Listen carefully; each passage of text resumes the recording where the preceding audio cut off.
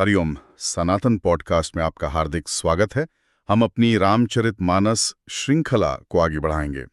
लंका का महायुद्ध समाप्त हो चुका है, रावण का वध हो चुका है और धर्म की विजय हुई है। युद्ध भूमि में एक ओर देवताओं का उत्सव है तो दूसरी ओर लंका के राजमहल में शोक की लहर। जी। आज हम इसी अद्भुत दृश्य की गहराई में उतरेंगे, जहां विजय और शोक, करुणा और न्याय सब एक साथ उपस्थित हैं। ये क्षण वास्तव में अद्भुत है।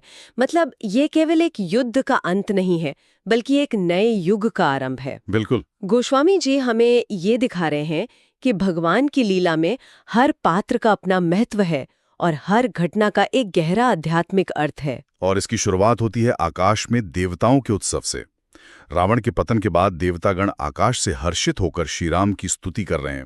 वे कहते हैं, हे कृपा के कंद, हे मोक्षदाता मुकुंद। और यहाँ हर शब्द महत्वपूर्ण है। हाँ, पहला ही शब्द है कृपा के कंद, मतलब कृपा के मूल स्रोत।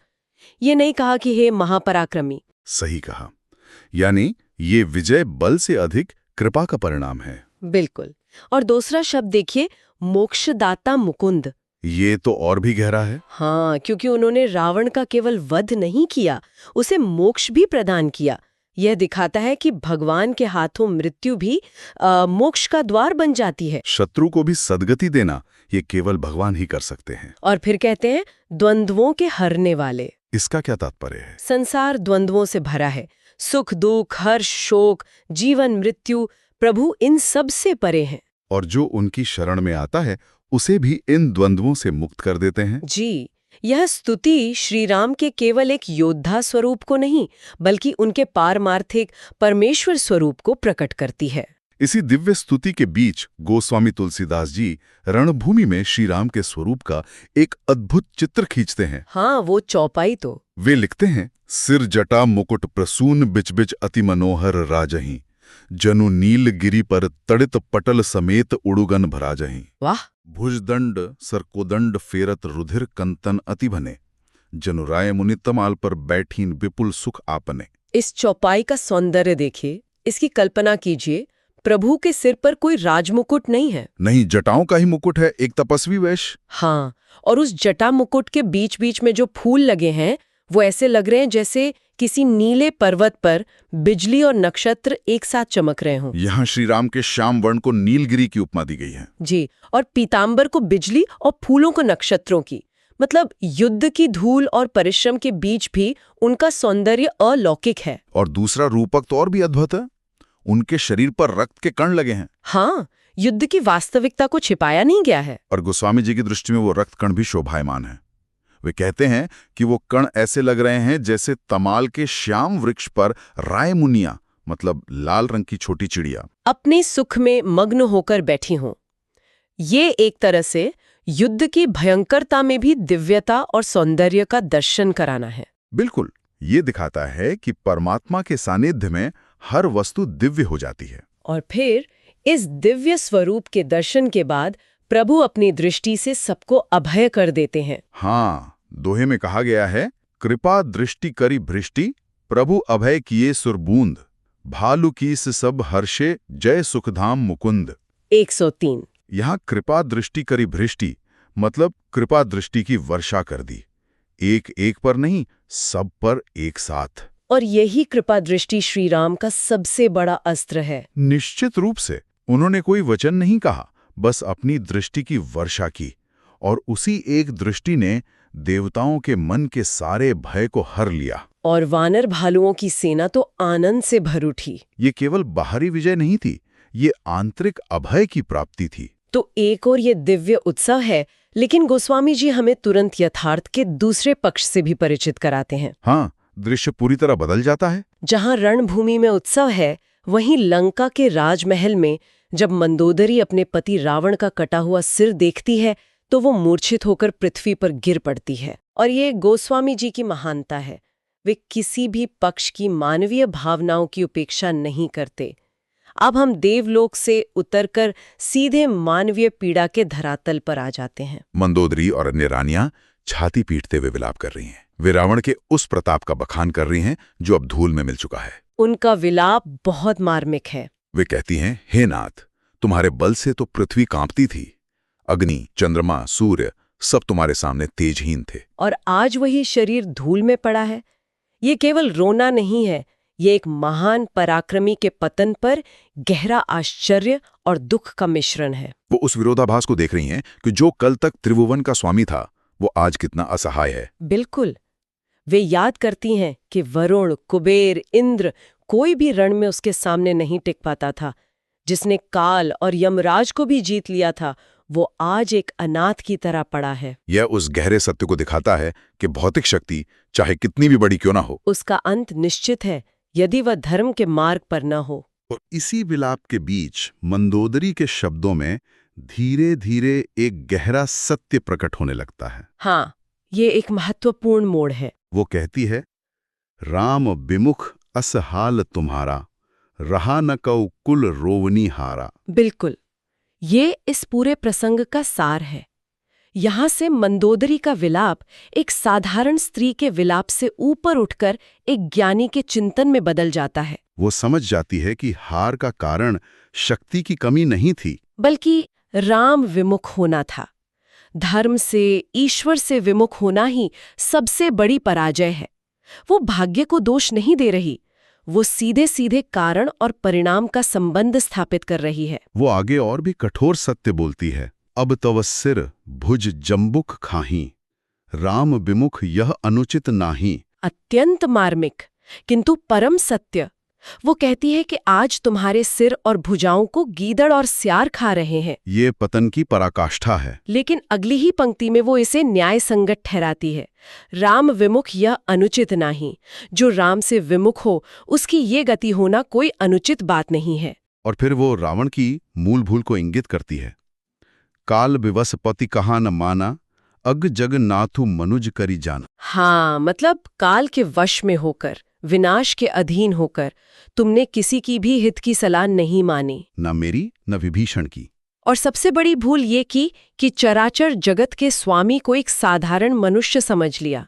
यही अज्ञान उसके पतन का मूल कारण बना। और इसके बाद वो जो कहती है, वो किसी रानी का विलाप नहीं बल्कि एक भक्त का उद्गार है, ज्ञान की पराकाष्ठा है। जी, ये रामचरितमानस के सबसे महत्वपूर्ण छंदों में से एक है। जानियो मनुज करी दनुज कानन दहन पावक हरि स्वयं, जेहि नवत शिव ब्रह्माधि सुर, पिय भजियो नहीं करुणामयम। आजन्मते पर द्रोहरथ पापो घमय तव तनु अयम, तुमहु दियो निज धाम राम, नमामि ब्रह्म निरामयम। इसका अर्थ समझिए। वो कह रही हैं कि तुमने राक्षस रूपी वन को जलाने वाले साक्षात हरि को, जो अग्नि के समान है, उन्हें एक साधारण मनुष्य जाना। अरे प्रियतम, जिन करुणामय भगवान को शिव और ब्रह्मा जैसे देवता भी नमन करते हैं, तुमने उनका भजन नहीं किया। और फिर कहती हैं, तुम्हारा ये शरीर जन्म से ही पापों का समूह मात्र था, फिर भी उन निर्विकार ब्रह्म श्री राम ने तुम्हें अपना परम धाम दिया। मैं उन प्रभु को नमस्कार करती हूँ। ये तो अद्भुत है। यही तो श्री राम की करुणा की पराकाष्ठा है। मंदोदरी के माध्यम से गोस्वामी जी ये स्थापित कर रहे हैं कि भगवान की शरण में आने पर वो उसके पापों को नहीं देखते। वे उसे भी वही गति प्रदान करते हैं जो परम योगियों को भी दुर्लभ है। रावण ने वैर भाव से ही सही पर निरंतर भगवान का ही चिंतन किया था। उस वैर भाव के चिंतन को भी प्रभु ने अपनी कृपा से भक्ति में बदल दिया। और फिर दोहे में वो इस बात को और स्पष्ट करती है, जैसे अपने ही कहे हुए पर आश्चर्यचकित हों। हाँ, वो कहती है, आहनाथ रघुनाथ समकृपा सिंधु नहीं आन, जोगी बूंद दुर्लभ गति तो ही दीन भगवान। 104। आहा, शब्द में आश्चर्य, दुख और श्रद्धा तीनों भाव मिले हुए हैं। वो कहती है, हे नाथ, सचमुच श्री रघुनाथ जी के समान कृपा का सागर कोई दूसरा नहीं है, जिन्होंने तुम्हें वो गति दी जो बड़े बड़े योगियों को भी मुश्किल से मिलती है। मंदोदरी के इन ज्ञानपूर्ण वचनों को सुनकर देवता, मुनि, सिद्ध सभी को बहुत सुख मिला, क्योंकि उन्होंने सत्य को पहचान लिया था। ब्रह्मा, शिव, नारद जैसे परमार्थवादी मुनि भी श्री राम के इस करुणापूर्ण रूप को निहार कर प्रेम में मग्न हो गए। अब यहाँ से कथा तीसरे चरण में प्रवेश करती है, धर्म की पुनर्स्थापना। जी। इसी बीच विभीषण अपने घर की स्त्रियों को रोता देखकर दुखी होते हैं। तब प्रभु श्री राम लक्ष्मण जी को उन्हें समझाने के लिए भेजते हैं। यहाँ श्री राम का राजधर्म और मानवीय संवेदना दोनों का अद्भुत संतुलन देखिए। वे विजेता हैं, पर उनमें अहंकार का लेश मात्र भी नहीं। वे शत्रु के भाई के दुख को समझते हैं और उसे सांत्वना देने के लिए अपने सबसे प्रिय भाई को भेजते हैं। जब विभीषण धैर्य धारण कर लौट कर आते हैं तो प्रभु कृपा दृष्टि से देखकर कहते हैं, सब शोक त्याग कर रावण की अंत्येष्टि क्रिया करो। यह एक महान संदेश है।